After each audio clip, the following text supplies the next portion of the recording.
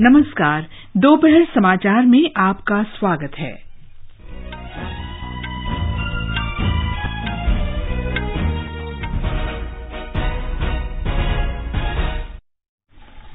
प्रधानमंत्री नरेंद्र मोदी ने गुजरात में निवेशक सम्मेलन को वर्चुअल रूप से संबोधित किया और वाहन स्क्रैपिंग नीति की शुरुआत की।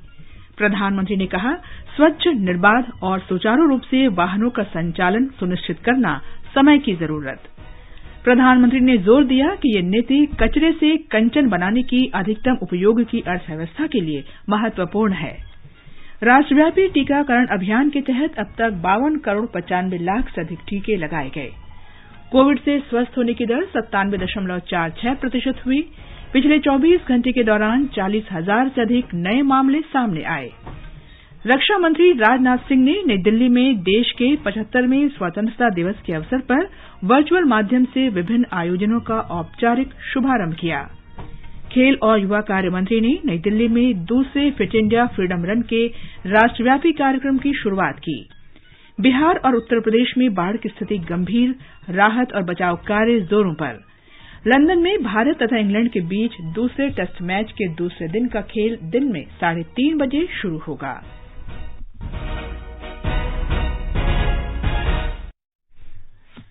दोपहर समाचार में मुकेश कुमार के साथ मैं कनकलता। देश भर में 18 वर्ष से अधिक आयु वर्ग के लिए सरकारी केंद्रों में निःशुल्क कोविड टीकाकरण अभियान जारी है।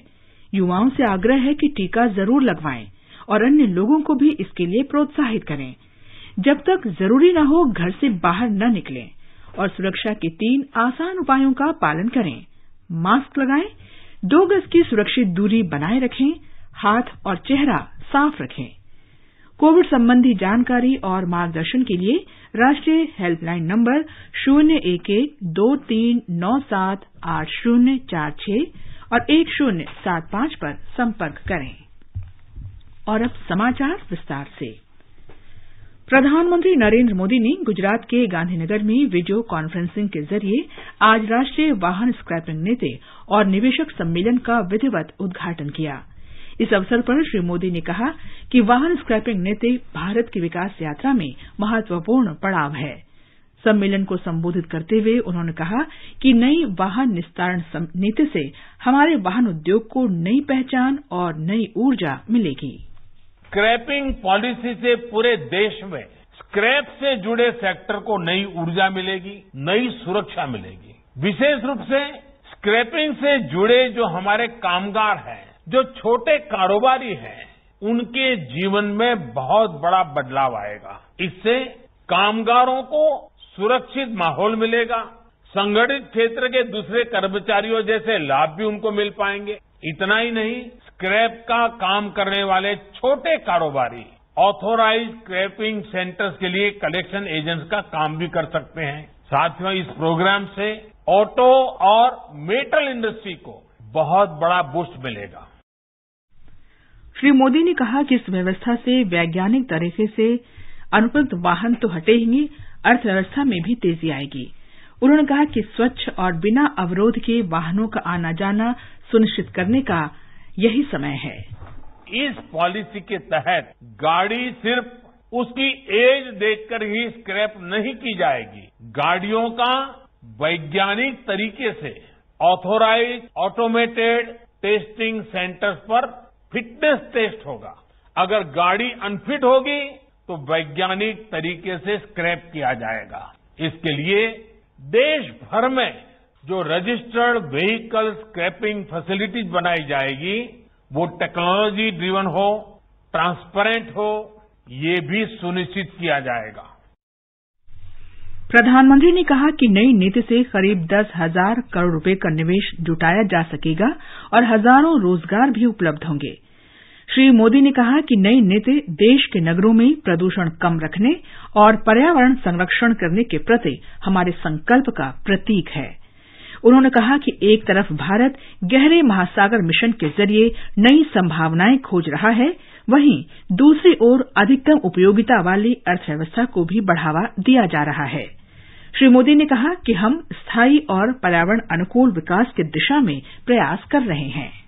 आज भारत सेफ्टी और क्वालिटी के हिसाब से ग्लोबल स्टैंडर्ड्स अपने नागरिकों को देने के लिए प्रतिबद्ध है। BS4 से BS6 की तरफ सीधे ट्रांजिशन के पीछे यही सोच है। साथियों, देश में ग्रीन और क्लीन मोबिलिटी के लिए सरकार रिसर्च से लेकर इंफ्रास्ट्रक्चर तक हर स्तर पर व्यापक काम कर रही है। इथेनॉल हो, हाइड्रोजन फ्यूल हो या फिर इलेक्ट्रिक मोबिलिटी, सरकार की इन प्राथमिकताओं के साथ इंडस्ट्री की सक्रिय भागीदारी बहुत जरूरी है। प्रधानमंत्री ने कहा कि हम देश को आत्मनिर्भर बनाने की प्रक्रिया में तेजी लाने के लिए उद्योगों को टिकाऊ और उत्पादक बनाने में लगे हैं। उन्होंने कहा कि हमारी कोशिश है कि वाहन निर्माण क्षेत्र में हम आयात पर कम से कम निर्भर रहें। श्री मोदी ने उद्योगों से अपील की कि वे आवश्यक बुनियादी सुविधाएं विकसित करने के लिए अनुसंधान और विकास पर अधिक ध्यान दें। सरकार भी इस दिशा में हर संभव सहायता देने को तैयार है। प्रधानमंत्री ने कहा कि इस नई नीति से सामान्य परिवारों को हर तरह से फायदा होगा। उन्होंने कहा कि पहला फायदा तो ये होगा कि पुराने वाहन के निस्तारण का प्रमाण पत्र दिया जाएगा। जिसके पास ये प्रमाण पत्र होगा उसे नया वाहन खरीदने पर पंजीकरण शुल्क नहीं देना होगा। इसके साथ उन्हें रोड टैक्स में भी छूट मिलेगी। साथ ही पुराने वाहन के रखरखाव और मरम्मत की लागत कम हो जाएगी और नए वाहन में ईंधन की खपत भी कम होगी। प्रधानमंत्री ने कहा कि नई नीति के लागू होने से सड़क दुर्घटनाओं का खतरा भी कम हो जाएगा। श्री मोदी ने कहा कि नई निस्तारण नीति कचरे से कंचन अभियान में महत्वपूर्ण कड़ी सिद्ध होगी। सोलर और विंड पावर हो या फिर बायोफ्यूल, आज भारत दुनिया में अग्रणी देशों में शामिल हो रहा है। वेस्ट टू वेल्थ का एक बहुत बड़ा अभियान चलाया जा रहा है। इसको स्वच्छता से भी जोड़ा गया है और आत्मनिर्भरता से भी जोड़ा गया है। बल्कि आजकल तो हम सड़कों के निर्माण में वेस्ट का बड़ी मात्रा में उपयोग कर रहे हैं। सरकारी बिल्डिंग, गरीबों के लिए घर के निर्माण में भी रिसाइकलिंग को प्रोत्साहित किया जा रहा है। सम्मेलन में केंद्रीय सड़क परिवहन और राजमार्ग मंत्री नितिन गडकरी ने राष्ट्रीय वाहन स्क्रैपिंग नीति आरंभ करने पर प्रधानमंत्री का आभार व्यक्त किया और कहा कि नई नीति से केंद्र और राज्यों के वस्तुओं और सेवा कर संग्रह में 30 से 40 हजार करोड़ रुपए की वृद्धि हो सकेगी। उन्होंने कहा कि हमारा लक्ष्य इस नीति के जरिए भारत को दक्षिण पूर्व एशिया में वाहन स्क्रैपिंग का मुख्य केंद्र बनाना है। इस अवसर पर गुजरात के मुख्यमंत्री विजय रूपाणी ने कहा कि राज्य सरकार ने बिजली वाहन नीति पहले ही लागू कर दी है और कई अन्य उपाय किए गए हैं ताकि गुजरात देश में वाहन क्षेत्र का प्रमुख केंद्र बन सके। इस अवसर पर विभिन्न वाहन निर्माताओं के साथ 6 समझौता ज्ञापनों पर भी हस्ताक्षर हुए। ये समाचार हमारी वेबसाइट newsonair.com/hindi और हमारे mobile app news on AIR पर भी उपलब्ध हैं। चलो मिलकर एक शुरुआत करें, चलो एक फैसला आज करें, मास्क नहीं तो टोकेंगे, कोरोना को रोकेंगे, चलो एक इरादा करते हैं, चलो कुछ वादा करते हैं, मास्क नहीं तो टोकेंगे, कोरोना को रोकेंगे। दोपहर समाचार में आपका फिर स्वागत है। राष्ट्रव्यापी टीकाकरण अभियान के तहत अब तक 52 करोड़ 95 लाख से अधिक टीके लगाए जा चुके हैं। स्वास्थ्य मंत्रालय के अनुसार पिछले 24 घंटे में 57,31,000 टीके लगाए गए और 42,295 मरीज संक्रमण मुक्त हुए। स्वस्थ होने की दर 97.46% हो गई है। अभी तक कुल 3 करोड़ 13 लाख से ज्यादा लोग कोरोना संक्रमण से मुक्त हो चुके हैं। पिछले 24 घंटों के दौरान 40,120 नए रोगियों का पता लगा है और देश में सक्रिय मामलों की संख्या 3,85,000 के आसपास है। मंत्रालय ने बताया कि कोविड जांच के काम में तेजी आई है और अभी तक कुल 48 करोड़ 94 लाख लोगों की जांच की जा चुकी है। सरकार ने आज कहा कि राज्यों और केंद्र शासित प्रदेशों को अब तक 55 करोड़ से अधिक टीके उपलब्ध कराए जा चुके हैं। स्वास्थ्य मंत्रालय ने कहा कि 2 करोड़ 82 लाख कोविड टीके की डोज भी राज्यों, केंद्र शासित प्रदेशों और निजी अस्पतालों के पास उपलब्ध हैं, जिन्हें इस्तेमाल किया जाना है। मंत्रालय ने कहा कि 59,16,000 डोज अभी भी भेजे जाने के क्रम में हैं। केरल सरकार ने राज्य के माइक्रो कंटेनमेंट जोन में कोविड से जुड़ी गतिविधियों के नियमन के बारे में कल नए दिशा निर्देश जारी किए। संशोधित मानकों के अनुसार किसी स्थानीय निकाय में किसी विशेष वार्ड की बजाय अब उन क्षेत्रों को माइक्रो कंटेनमेंट जोन माना जाएगा जहां रोगियों की संख्या के आधार पर क्लस्टर बनेंगे। आपदा प्रबंधन प्राधिकरण ने ऐसे क्षेत्रों में तिगुना लॉकडाउन लगाने का प्रस्ताव रखा है। नए दिशा निर्देशों के अनुसार विशेष परिस्थितियों में 100 मीटर के दायरे में 5 से कम कोविड पॉजिटिव रोगियों वाले क्षेत्र को क्लस्टर घोषित करके वहां 1 सप्ताह तक प्रतिबंध लगाए जा सकेंगे। कोविड संबंधी राष्ट्रीय हेल्पलाइन के नंबर हमारी वेबसाइट newsonair.gov.in पर उपलब्ध हैं। रक्षा मंत्री राजनाथ सिंह ने नई दिल्ली में आजादी का अमृत महोत्सव के अवसर पर वीडियो कॉन्फ्रेंस के जरिए आज अनेक कार्यक्रमों की शुरूआत की। इनमें अनेक स्थानों पर राष्ट्रीय ध्वजारोहण, उत्पाद और सुविधा केन्द्रों का शुभारंभ, प्रतिमाओं को स्वच्छ करने, जनसंपर्क अभियान और शौर्य गाथाओं पर आधारित पुस्तकों का विमोचन शामिल है। इस अवसर पर श्री सिंह ने कहा कि इस अमृत महोत्सव में अनेकता में एकता की झलक स्पष्ट है। उन्होंने कहा कि स्वतंत्रता, संप्रभुता और शाश्वत भाव भारत के लिए नए और आधुनिक नहीं है। कैप्टन विक्रम बत्रा का उल्लेख करते हुए उन्होंने कहा कि कैप्टन बत्रा ने बहादुरी से मृत्यु का आलिंगन करते समय गर्जना की थी कि ये दिल मांगे मोर। रक्षा मंत्री ने राष्ट्र के लिए प्राण न्यौछावर करने वाले अमर वीरों को श्रद्धांजलि अर्पित की। मृत्यु से अमरत्व की ओर यह भाव, और सचमुच इस भाव को मन में सजो कर जिन लोगों ने भारत की एकता, अखंडता और संप्रभुता को कायम रखने में अपने प्राणों की आहुति दी है, आज हम पहले दिन जब इस अमृत महोत्सव कार्यक्रम का शुभारंभ कर रहे हैं तो मैं तहे दिल अपनी तरफ से भी, आपकी सबकी तरफ से भी और सभी देशवासियों की तरफ से भी मैं शीश झुकाकर उनको नमन करता हूं और श्रद्धासुमन भी अर्पित करता हूं। रक्षा मंत्री ने कहा कि जननी जन्मभूमिश्च स्वर्गादपि गरीयसी का मंत्र भारत की भूमि से ही निकला है। आत्मनिर्भर भारत का उल्लेख करते हुए रक्षा मंत्री ने कहा कि देश एक समय हथियारों का सबसे बड़ा आयातक था, लेकिन अब स्थिति बदल गई है। उन्होंने कहा कि विमान वाहक पोत विक्रांत आत्मनिर्भर भारत का सबसे बड़ा प्रतीक है। इसके निर्माण में 76% स्वदेशी उपकरण लगे हैं। सीमा सड़क संगठन देश में 75 दर्रों और महत्वपूर्ण स्थानों पर राष्ट्रीय ध्वज फहराएगा। इसके 25 सदस्य दल दूर दराज के इलाकों के लिए निकल पड़ा है, जिनमें पूर्वी लद्दाख में 19,300 फुट ऊंचाई पर उमलिंगला दर्रा भी शामिल है। ये सबसे ऊंचा सड़क मार्ग है। अटल सुरंग, रोहतांग सुरंग और ढोला सादिया पुल पर भी राष्ट्रीय ध्वज फहराया जाएगा। भारतीय तटरक्षक आजादी अमृत के महोत्सव पर भारतीय भूभाग के 100 द्वीपों पर राष्ट्रीय ध्वज फहराएगा। केंद्रीय खेल मंत्री अनुराग सिंह ठाकुर ने आज नई दिल्ली के मेजर ध्यानचंद नेशनल स्टेडियम से फिट इंडिया फ्रीडम रन के दूसरे संस्करण के राष्ट्रव्यापी कार्यक्रम की शुरुआत की। ये कार्यक्रम आजादी के अमृत महोत्सव के अवसर पर आयोजित किया जा रहा है। राजधानी दिल्ली के अलावा ऐतिहासिक रूप से प्रसिद्ध देश के 75 अन्य स्थानों से भी इनका आयोजन किया जा रहा है। श्री ठाकुर ने वीडियो कॉन्फ्रेंस के माध्यम से पूरे देश में आयोजकों से बातचीत की। इस अवसर पर श्री ठाकुर ने कहा कि शारीरिक रूप से स्वस्थ रहने के लिए 30 मिनट के इस अभ्यास का आह्वान किया गया है।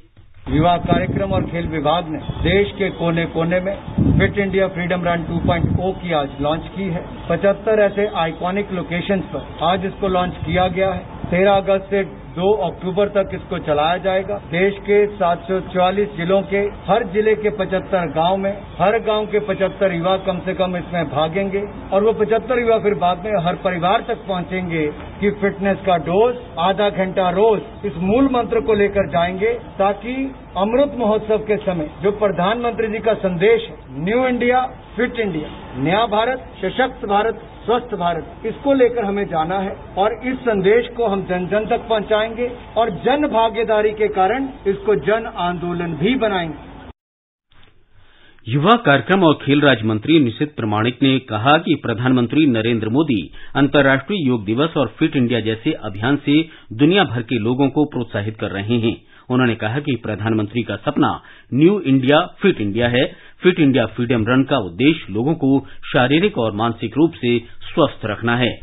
आजादी के अमृत महोत्सव के अवसर पर केंद्र शासित प्रदेश जम्मू कश्मीर और लद्दाख में नेहरू युवा केंद्र संगठन द्वारा दूसरे फिट इंडिया फ्रीडम रन का आयोजन किया जा रहा है। इन प्रदेशों के 22 जिलों के 75 गांवों में इसका आयोजन हो रहा है।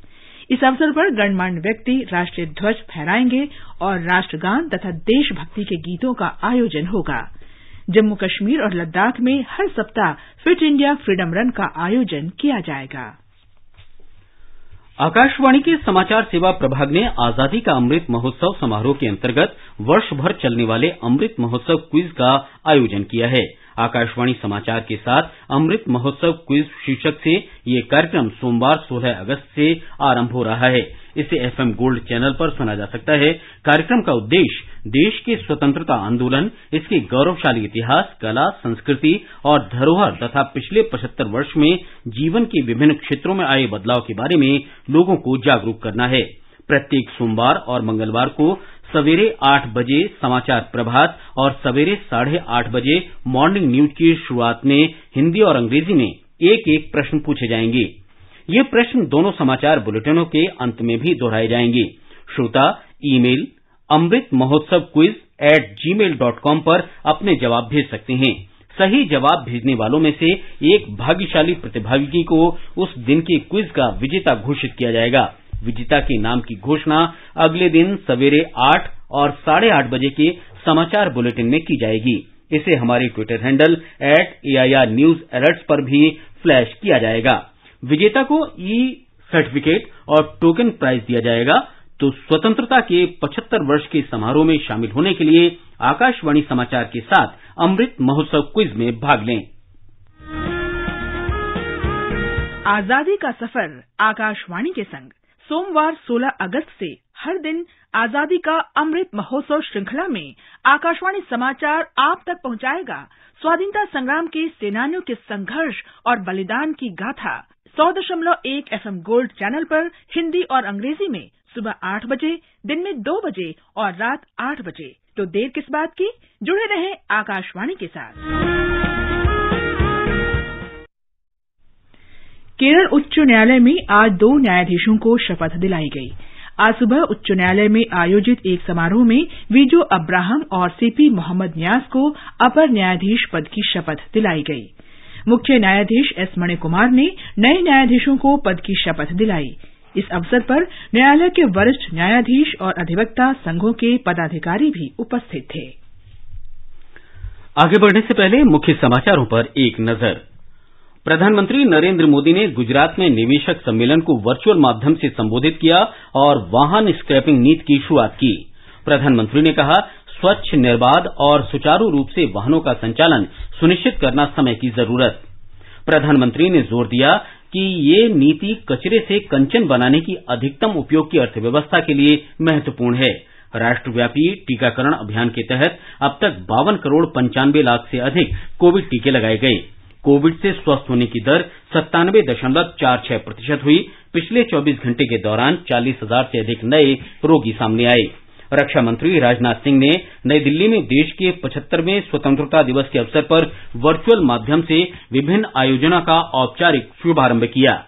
खेल और युवा कार्यक्रम मंत्री ने नई दिल्ली में दूसरे फिट इंडिया फ्रीडम रन 2 के राष्ट्रव्यापी कार्यक्रम की शुरुआत की। बिहार और उत्तर प्रदेश में बाढ़ की स्थिति गंभीर, राहत और बचाव कार्य जोरों पर। और लंदन में भारत और इंग्लैंड के बीच दूसरे क्रिकेट टेस्ट मैच के दूसरे दिन का खेल दिन में 3:30 बजे शुरू होगा।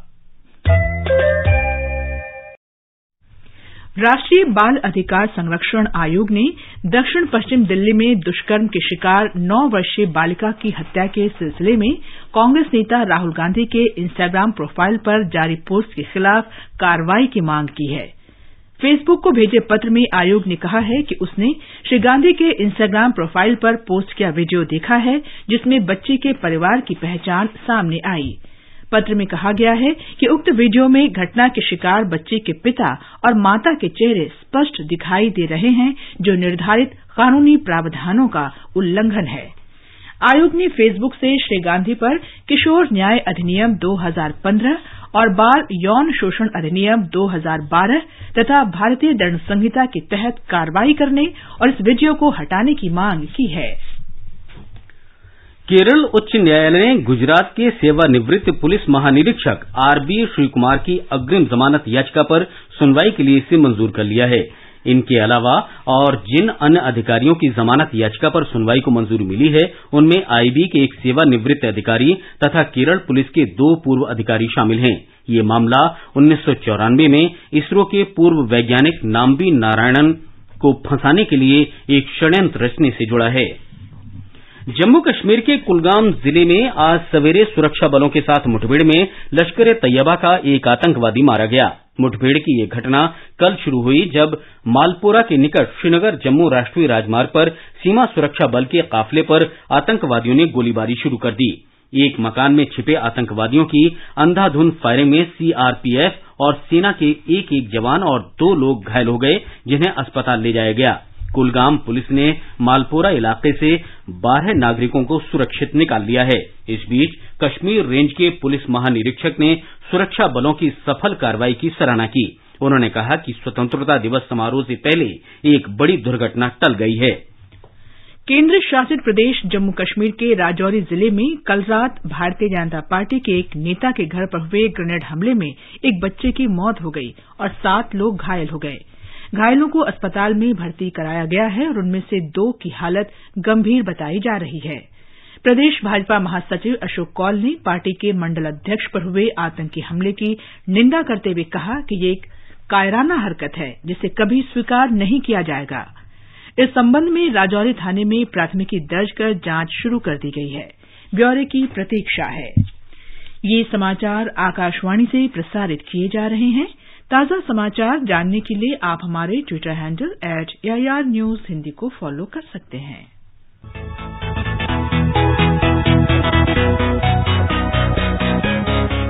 दुनिया रंग बिरंगी, खट्टे मीठे रसीले समाचारों का सतरंगी खजाना आकाशवाणी पर। खबरें होंगी हटकर, जानेंगे कुछ अलग, हंसेंगे खुलकर, करेंगे सजग। सुनना न भूलें सोमवार और मंगलवार आज सवेरे तथा शनिवार और रविवार कार्यक्रम परिक्रमा में।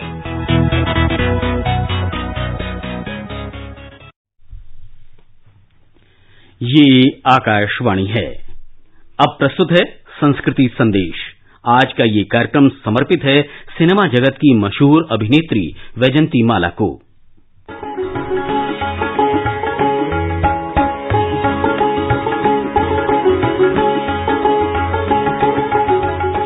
दक्षिण से आकर जिन नायिकाओं ने अपनी नृत्य प्रतिभा के बल पर हिंदी फिल्मों में बुलंदियों को छुआ है, उनमें वैजयंती माला का नाम प्रमुख है। बड़ी बड़ी खूबसूरत आंखें, शांत चेहरा और दिल खुश कर देने वाली मुस्कान की धनी इस महान अभिनेत्री का जन्म 13 अगस्त 1936 को तमिलनाडु में हुआ था। इन्होंने मात्र 13 वर्ष की उम्र में ही अभिनय शुरू कर दिया था। इसके बाद इनकी खूबसूरती और प्रतिभा ने इन्हें एक अलग पहचान दिलाई। वैजयंती माला ने दक्षिण की फिल्मों में ही नहीं बल्कि हिंदी सिनेमा पर भी राज किया। दक्षिण के सिनेमा में काम करने के बाद 1951 में वैजयंती माला ने बॉलीवुड में बहार फिल्म से अपने करियर की शुरुआत की। इसके 3 साल बाद ही 1954 में प्रदर्शित फिल्म नागिन ने वैजयंती माला को बुलंदियों तक पहुंचा दिया।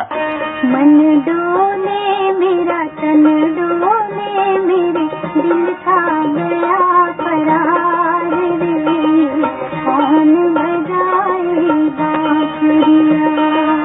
नागिन के सुपरहिट होने के बाद वैजयंती माला ने देवदास, साधना, मधुमती, नया दौर, गंगा जमुना, संगम, संघर्ष जैसी कई फिल्मों में काम किया। इनके लिए इन्हें कई पुरस्कार भी मिले। ढूंढो ढूंढो रे साजना, ढूंढो रे साजना, मोरे कान का बाला।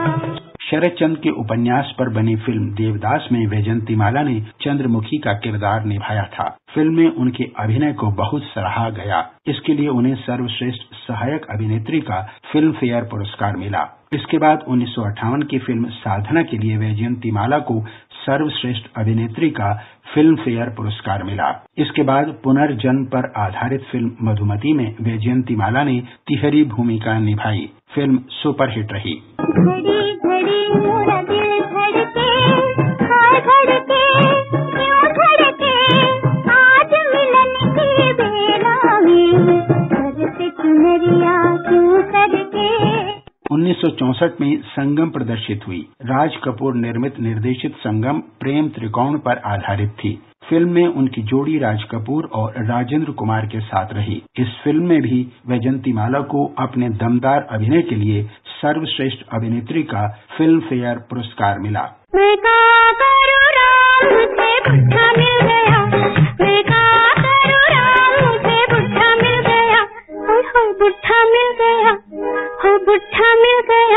वैजयंतीमाला ने अपने करियर में दिलीप कुमार, राज कपूर, देवानंद, राजेंद्र कुमार, सुनील दत्त जैसे बड़े बड़े कलाकारों के साथ काम किया। हालांकि उनकी जोड़ी सबसे ज्यादा राजेंद्र कुमार के साथ पसंद की गई। दक्षिण की कई बड़ी अभिनेत्रियों की तरह वैजयंतीमाला ने भी राजनीति में कदम रखा और तमिलनाडु से चुनावों में भाग लिया। वैजयंतीमाला को भारतीय सिनेमा में योगदान के लिए 1968 में पद्मश्री पुरस्कार से भी सम्मानित किया गया। वैजयंतीमाला आजकल फिल्मों में सक्रिय नहीं हैं, लेकिन उनकी फिल्में आज भी लोगों के दिलों पर राज करती हैं।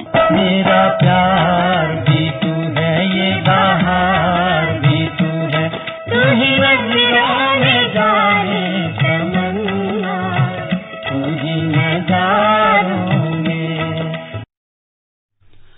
बिहार के 12 जिलों में बाढ़ की स्थिति और गंभीर हो गई है।